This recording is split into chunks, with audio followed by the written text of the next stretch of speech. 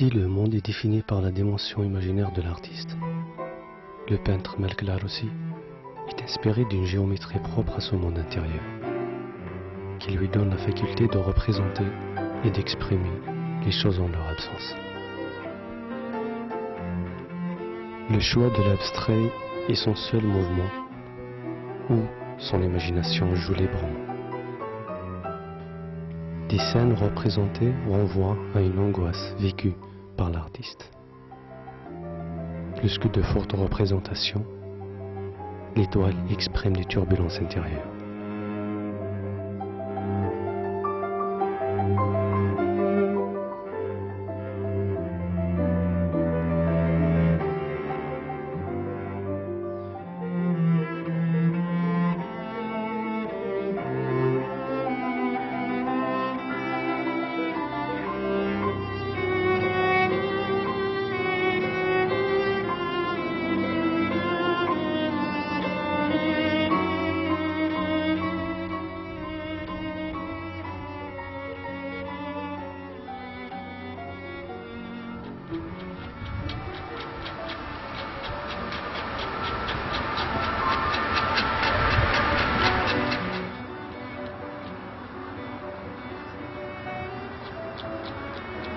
Donc, quand je travaille comme ça, je vais à contresens de mon travail. C'est-à-dire, je provoque perspective aussi. Je travaille sur 2-3 toiles en même temps. C'est-à-dire, c'est des séries, ce qu'on appelle des séries. Donc je laisse mes toiles à fur et à mesure que j'avance. Chaque toile contient un rythme défini, entouré de formes et de lumière.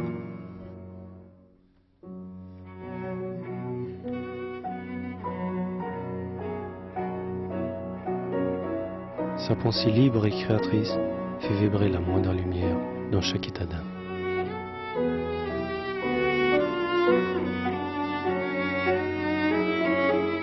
Le passage d'une forme et d'une couleur à l'autre traduit une vie marquée. L'agencement des matériaux, formes, dessins, couleurs et plans traduisent les sentiments et les sensations de l'artiste.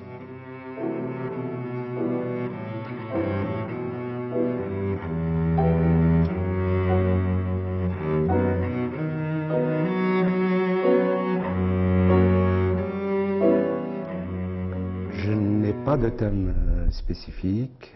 Une toile blanche traîne dans un coin et je passe et je repasse près de cette toile vide. Et soudain aussi une angoisse m'étreint. Ce vide, il faut que je le comble. Je saisis un petit couteau de peintre, un pinceau, un chiffon, n'importe quoi en fait, à portée de la main. Ma seule idée, c'est de repousser le vide, justement. Repousser le vide, c'est rendre visible l'invisible. Et pour rendre visible sa manière personnelle de voir le monde, il crée un langage, ce qui le conduit à une manière de faire. Il reste unique dans le genre existentialiste.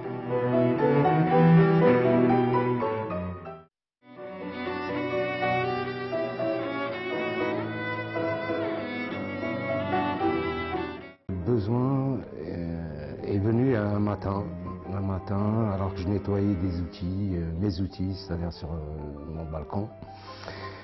Et j'ai pris en fait un couteau, puis de peintre, et j'ai essuyé sur un carton, j'avais de la matière, si vous voulez, de la peinture. Et donc à un moment, j'ai eu une étincelle et depuis, créer est devenu un besoin.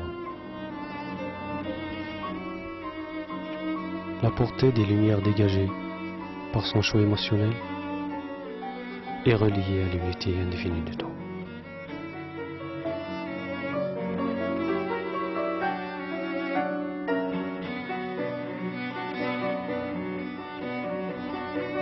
Le besoin pour moi de créer ne dépend pas déjà du milieu dans lequel on vit. ou ce milieu soit strict ou pas, importe peu. Le besoin de créer est un tapis en nous, je pense.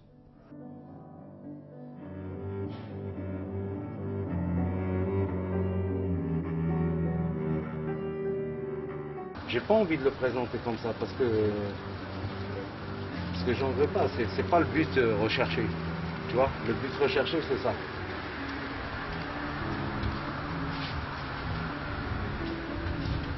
Pourquoi? Bah, c'est surtout le travail à l'espoir, le recherche de se libérer, de chercher cette lumière justement intérieure qui sort si tu veux. C'est assez mystique quand même, hein. C'est pas...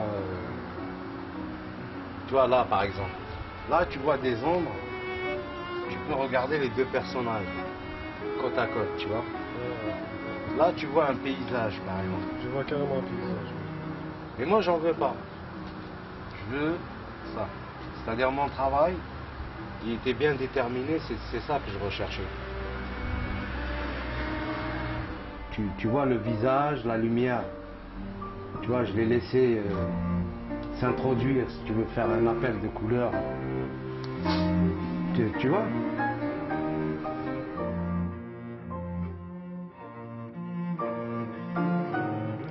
Le peintre est très sensible à la double image, qui défend toujours la vérité des choses cachées dans la nature invisible.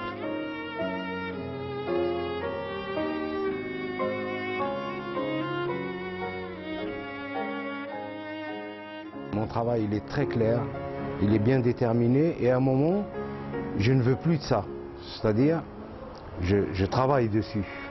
C'est une technique qui m'est très propre, c'est-à-dire j'aime beaucoup. C'est comme construire. C'est comme le sculpteur. Je sculpte ma toile.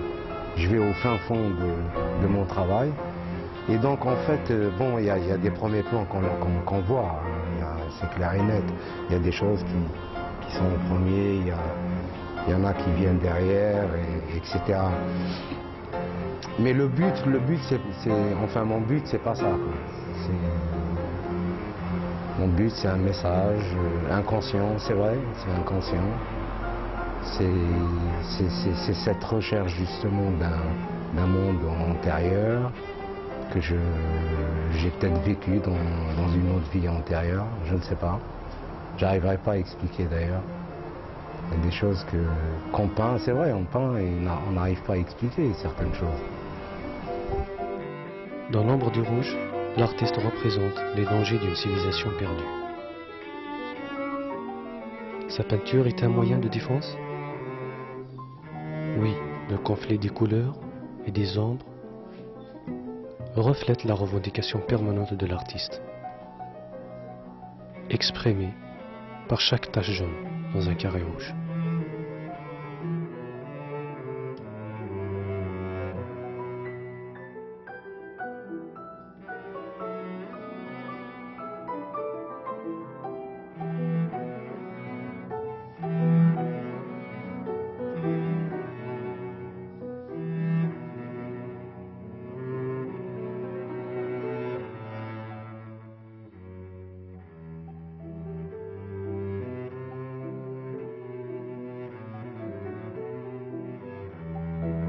Le tableau dont je t'ai parlé là, par exemple, là, après, je viens travailler certains